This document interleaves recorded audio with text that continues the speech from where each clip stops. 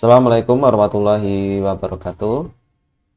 Di sini saya akan menyampaikan tentang materi CorelDRAW ya, yaitu fungsi dasar menu dan lembar kerja. Nah, silahkan peserta membuka CorelDRAW. Di sini saya menggunakan CorelDRAW X7 ya. Yang ini klik 2 kali.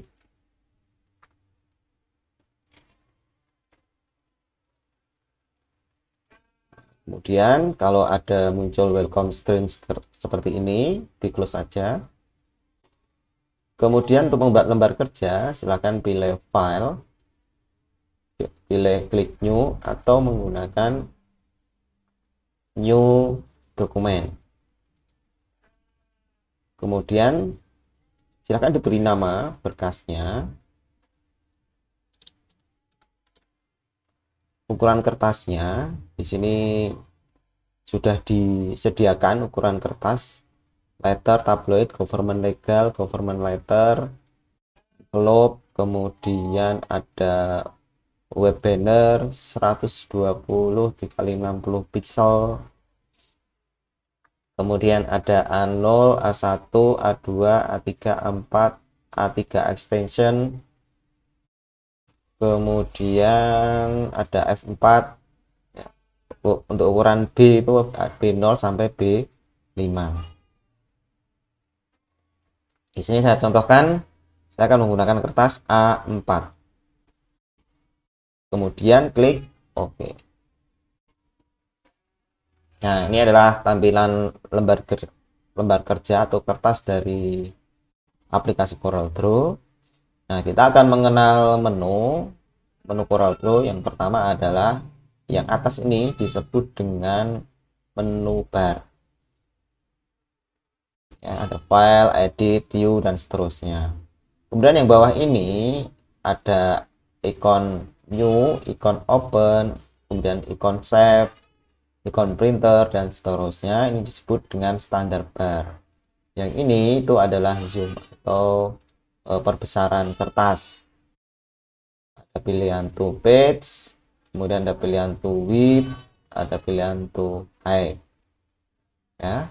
Jadi kalau misalkan nanti kertasnya itu hilang seperti ini, misalkan ya, dicari tidak ketemu, ini sering terjadi para pengguna Corel yang masih pertama kali menggunakan Corel, itu bisa pilih ini di bagian zoom ini, nanti pilih to page, nanti akan kembali ke kertasnya yang sudah disiapkan. Kemudian yang atas ini disebut dengan property bar. Jadi property bar ini akan berubah-ubah menunya sesuai dengan objek yang kita klik atau sedang kita gunakan. Contohnya kalau kita menggambar kotak, maka nanti propertinya ini akan berubah. Jadi akan berubah sesuai dengan kondisi atau situasi saat kita membuat objek. Kemudian yang sebelah kiri ini adalah toolbox. Toolbox ini adalah alat-alat yang digunakan di CorelDRAW. Jadi ada pick tool, digunakan untuk ya, menggeser objek. Kemudian ada step tool. Step tool itu bisa digunakan untuk memodifikasi objek seperti ini. Kemudian ada crop tool, digunakan untuk mengecrop objek. Untuk membatalkan cropnya. Ini zoom tool untuk memperbesar dan memperkecil objek. Zoom out, zoom in. Kemudian di sini ada freehand. Jadi freehand itu kalau diklik ini ada tanda panah kecil.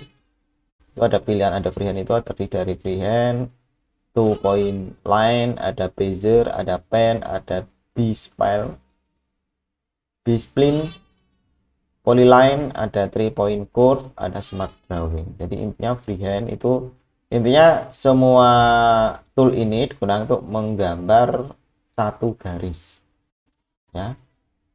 Freehand itu berarti bisa membuat gambar bebas dan seterusnya. Dan di sini ada artistic media. kemudian ada rectangle tool. Rectangle tool itu dari rectangle dan 3 point rectangle, dan ada ellipse, terdiri dari ellipse dan 3 point ellipse. Kemudian ada polygon. Nah, polygon ini objek yang paling banyak. Ada polygon, ada star, ada complex tool, ada graph paper, ada spiral, basic shape. Basic shape ini masih ada isinya lagi. Row shape ada isinya lagi ya. Flowchart shape masih ada isinya. Banner shape masih ada isinya. Kemudian call out shape dan seterusnya. Kemudian A ini adalah untuk teks. Kemudian ada table ya. Kemudian di sini ada paralel horizontal. Ini ada menu namanya parallel dimension tool. Jadi ini untuk membuat ukuran parallel horizontal, kemudian horizontal or vertical dimension, ada angular dimension, segment dan seterusnya. Nah di sini ada straight line connector. Nah, ini terdiri dari straight line connector, ada right angle connector, ada round right angle connector, ada edit anchor. Kemudian yang sebelah kanan, masih sebelah kiri ya, itu ada drop shadow tool. Shadow tool ini terdiri dari drop shadow, contour, blend, distort, envelope, dan extrude. Dan ada lagi di sini itu transparansi tool. Transparansi tool hanya satu. Kemudian ada color eyedropper. Kalau dibuka di sini ada dua, color eyedropper dan atribut eyedropper. Dan selanjutnya di sini masih ada interaktif fill tool. Kemudian kalau diklik lagi ada interaktif fill, dan ada mesh fill. Kemudian yang bawah ini ada smart fill. Jadi kalau diklik ini ada dua yang tambahnya. Kemudian yang bawah, di bawah ini disebut info ya. Jadi seluruh, kalau saya pilih pick tool kemudian saya klik objeknya, maka di sini ada informasi. Berarti barang objek ini namanya rectangle on layer 1, berarti berada di layer 1. Kemudian yang ini disebut dengan curve di layer 1 ya. Dan di sini ada informasi untuk menghilangkan warna ya. Kemudian di sini informasi warnanya ini CMYK, berarti ini menggunakan jenis warna CMYK dengan ketebalan 0,5 pt garisnya ya. Kemudian yang sebelah kanan ini disebut dengan color palette ya. Jadi color palette ini nanti penggunanya menggunakan CMYK ya. Jadi ini bisa dilepas pasang. Jadi untuk memindahkan toolbox atau melepas ini digeser di sini, kemudian ada tanda plusnya, klik kiri kemudian dilepas. Kalau pengen memasangkan lagi, di klik kiri jangan dilepas, bisa dipindah di bawah. Di sini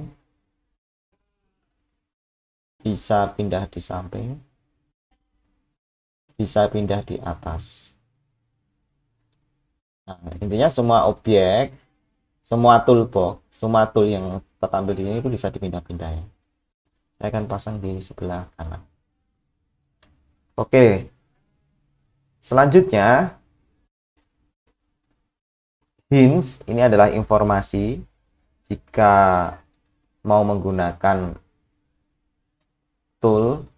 Di sini sudah ada informasi untuk memindahkan bagaimana caranya, untuk memperbesar dan memperkecil ya. Jadi kalau pengen memindahkan objek itu cukup klik pick tool, kemudian klik objeknya, ada tanda plus, klik kiri jangan lepas, ditarik. Nah begitu. Kemudian kalau toolnya ini hilang, bisa dimunculkan di Windows, namanya toolbar. Nah, yang dicentang ini adalah yang dimunculkan, yang ada. Jadi zoom, teks, layout ini belum ada. Kalau pengen memunculkan teks, misalkan diklik, nah itu seperti ini, bisa ditambahkan. Nah, kemudian ini saya sarankan, jadi untuk toolbar sebaiknya gunakan yang default aja, bawaan dari Corel, karena di sini sebenarnya toolbarnya itu sudah diakomodir di Corel Draw itu di bagian property bar ini ya. Objek batu yang ini. Jadi setiap objek yang kita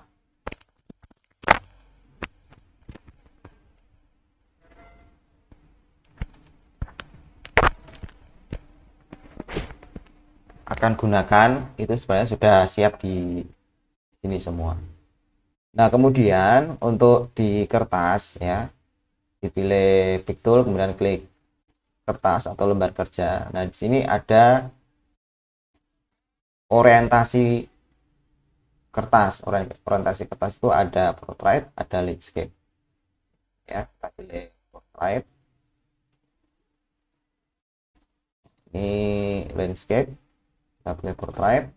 Kemudian di sini ada all page dan current page. Jadi ini fungsinya kalau misalkan saya memiliki page banyak ya, ini kan page-nya ada satu. Untuk menambah page-nya diklik yang ini, bisa diberi nama page 1 misalnya, klik kanan. Caranya diklik kanan kemudian rename, misalkan itu ya, page 2 klik kanan rename pp2, klik OK. Nah, kalau di sini dipilih all page, kalau saya pilih landscape, maka semua halaman itu akan berubah ke landscape semua. Kalau di sini saya pilih current page, nah yang saya pilih inilah yang nanti akan berubah orientasinya, gitu ya. Ini gambar 1 itu bisa landscape, gambar 2 ini bisa portrait, atau dibalik bisa ya. Kemudian ini ada unit itu satuannya, sementara di sini milimeter, bisa diganti dengan sentimeter. Kemudian di sini ada apa namanya, unit distance, dan di sini ada sumbu X dan sumbu Y. Ini sebenarnya berfungsi untuk posisinya kertasnya ini ya. Oke, demikian penjelasan tentang penggunaan CorelDRAW khususnya untuk fungsi dasar menu dan lembar kerja. Saya akhiri, wassalamualaikum warahmatullahi wabarakatuh.